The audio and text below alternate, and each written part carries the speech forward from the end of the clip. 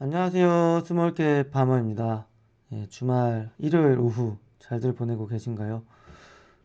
금요일 아마 오후에 올려드렸던 투자 5개명 2탄 중에 전자공시 시스템의 모든 해답이 있다 라는 거를 제가 이렇게 말씀을 드린 적이 있습니다. 이거를 좀 더 좀 구체적으로 어디 어디 항목을 보라고 제가 얘기 드렸던 부분이 이제 회사의 개요, 회사의 연역, 자본금 변동사항, 그리고 사업의 내용, 그리고 연결 재무제표와 연결 재무제표 주석을 말씀드렸어요. 그래서 오늘 그 부분을 좀 구체적으로 어떻게 보는 게 좋은지에 대해서 JS 코퍼레이션을 공시자료 이번 1분기 공시자료를 통해서 설명을 드리려고 하고 있습니다. 첫 번째부터 볼게요. 이제 제가 얘기 드렸던 1-1 항목입니다. 회사의 개요고요. 첫 번째로 나오는 게 바로 연결대상 종속회사 개황입니다. 이게 아마 표현이 기업들마다 다르겠지만 제가 일전에 얘기 드린 것처럼 연결 재무제표와 그냥 재무제표, 별도 재무제표를 얘기 드린 적이 있을 거예요. 그래서 연결은 어떤 지배적인 행사를 해서 아마 50% 이상 행사력을 가지고 있는 기업은 연결로 해야 된다. 그러니까 지금 이 회사는 JS 코퍼레이션이라는 회사이긴 하지만 그 회사 밑에 깔려 있는 모든 기업들, 그리고 특히 영향력을 행사할 수 있는 기업들을 모두 같이 재무제표로 넣어야 된다는 게 바로 연결 재무제표, 바로 이 부분일 거고요. 그게 아닐 경우는 별도 재무제표로 만들어질 겁니다. 그래서 여기 지금 첫 번째 나오는 항목들이 바로 JS 코퍼레이션이 실질적으로 가지고 있는 행세력, 지배력을 행사하고 있는 기업들에 대한 16개 회사의 리스트이고요. 대부분 JS 코퍼레이션의 해외 법인, 공장들, 자카르타, 베트남, 여기는 아마 푸놈펜 같고요. 예, 그리고 여기 인도네시아.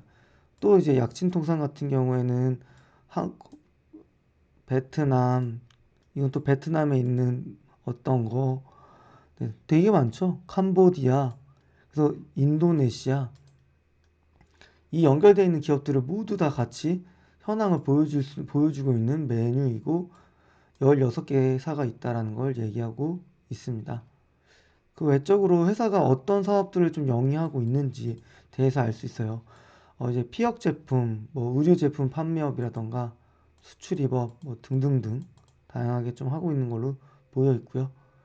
그리고 지금 계열사 현황을 보게 되면 그 회사가 어디에 있는지, 해외인지 국내인지, 그리고 상장되어 있는지 비상장되어 있는지 나와 있을 거고요. 그리고 주 업종이 뭔지, 본업이 뭔지, 본업에 대해서 버는 거는 제가 얘기 드렸죠. 어, 영업 수익으로 들어갈 거고요. 그게 아닌, 본업이 아닌 수익을 벌었을 경우는 영업이익에다가 그 밑에 항목인 영업의 수익 비용을 더해서 당기순이익이 나온다고 얘기를 드렸습니다. 그래서 이런 부분들까지 회사의 개혁에서 확인할 수 있을 거고요.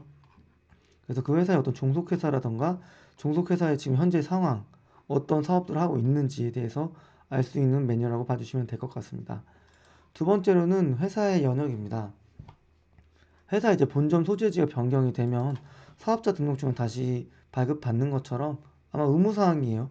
그게 기일 내에 안 하면 벌금으로 알고 있는데 혹시 이게 틀렸다면 좀 말씀 주시고요, 댓글로.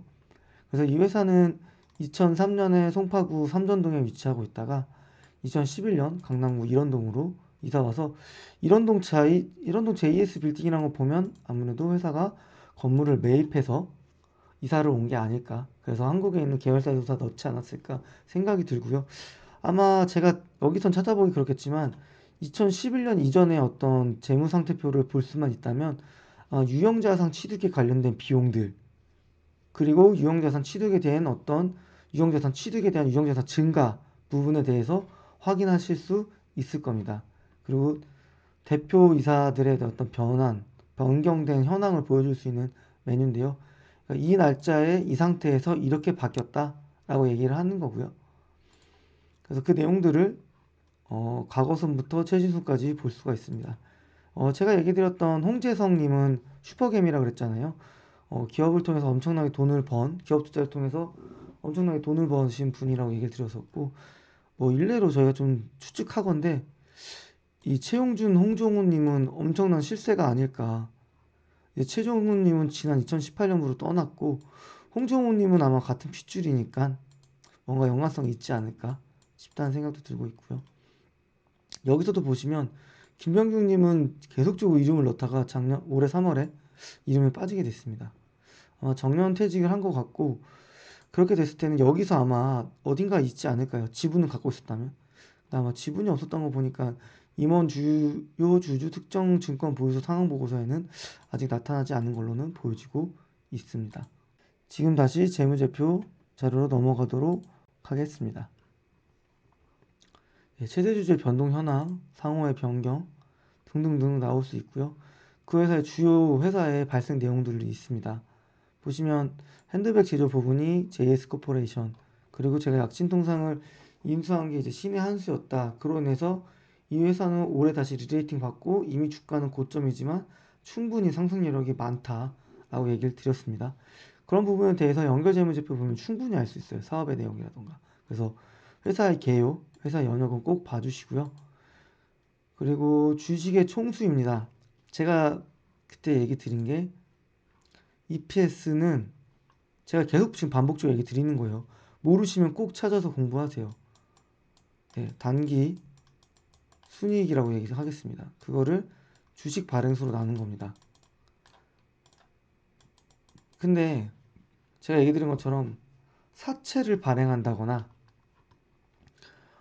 신주유수건 부사채라든지 전환사채를 발행한다는 건 주식수가 늘어난다는 거잖아요. 근데 단기 순이익이 성장폭이 크지 않는데 회사가 주식수를 엄청나게 늘려요. 그러면 그 회사에 대해서 투자에 대해서는 고민을 해봐야 된다라는 거죠.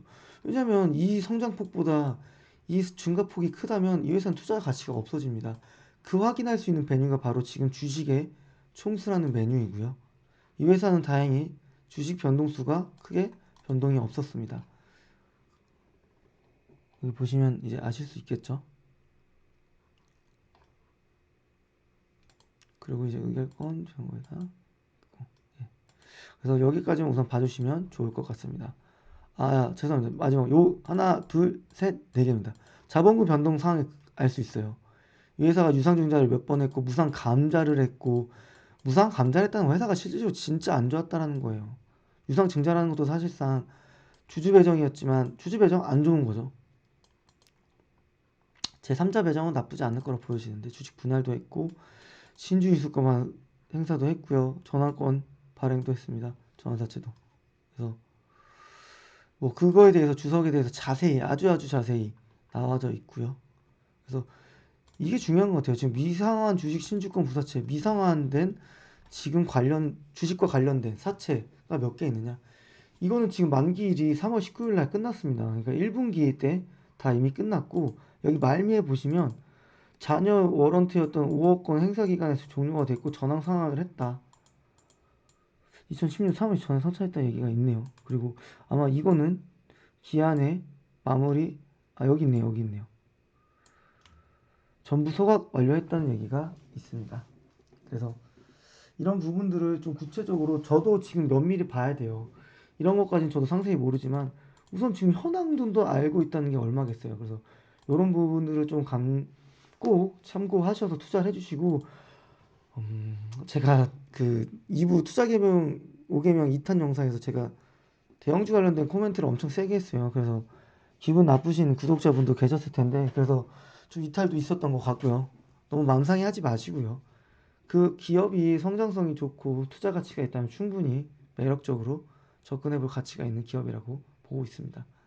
그렇지만 저는 제가 좋아하는 거에 대해 투자를 할 거고 그래서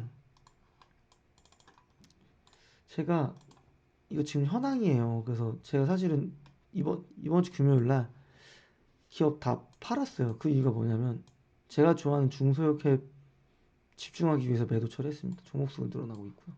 그래서 현재는 서로 생종목으로 줄어들었고요. 얘기 드린 것처럼 그중에 이제 9개가 수익으로 매도 처리했고 계좌 수익률은 지금 3.8%까지 올라온 상태입니다. 누적으로는 한 160% 정도 되고 있고요. 유니테스트나 한솔테크닉스 조만간 제가 2분기 지금 6월달 중으로 다시 추가 매수하고 그리고 이 기업을 왜 계속 가져가도 되는지에 대해서 얘기를 드릴 거예요. 그거에 있어서는 비아트론도 얘기 드릴 거고요.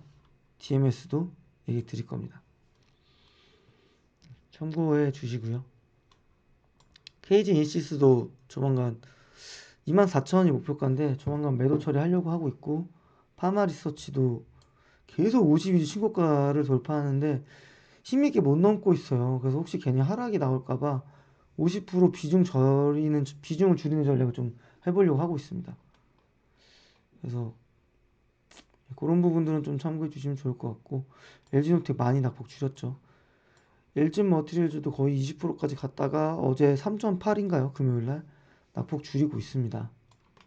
좋은 흐름 나오는 과정에서 비중을 늘릴 거고, 그 가운데서 저는 수익으로 청산 마무리할 거고, 다시 제가 잘하는 거 집중하려고 하고 있습니다. 그래서 꼭 참고해 주시고요. 저는 이만 물러나도록 하겠습니다. 나머지 전자공식 분석법 관련해서는 오늘 저녁쯤에 다시 올려드리도록 하겠습니다. 감사합니다. 바이.